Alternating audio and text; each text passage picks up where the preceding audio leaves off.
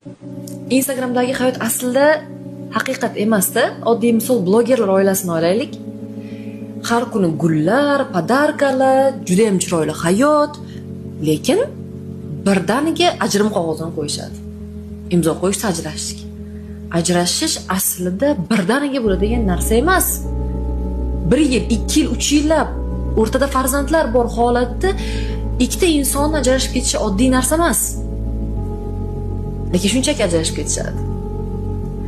Aslida ular mana shu baxtini Instagramga qo'yganligi uchun ham, boshqalarga ko'rsatgani uchun ham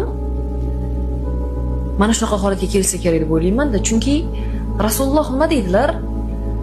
Inson go'zal narsalarning buzg'unchisidir deydilar-da.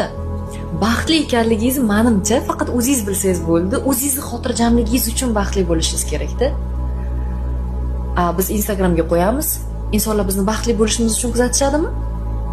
E'tibor bering. Instagramda kimni podpischigi birdan ko'payib ketadi.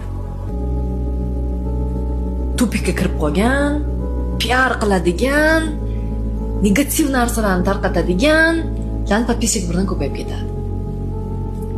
İnsanlar baxtli odamlarni kuzatgandan ko'ra, ularni bittagina minus qilishini kutib turishadi-da.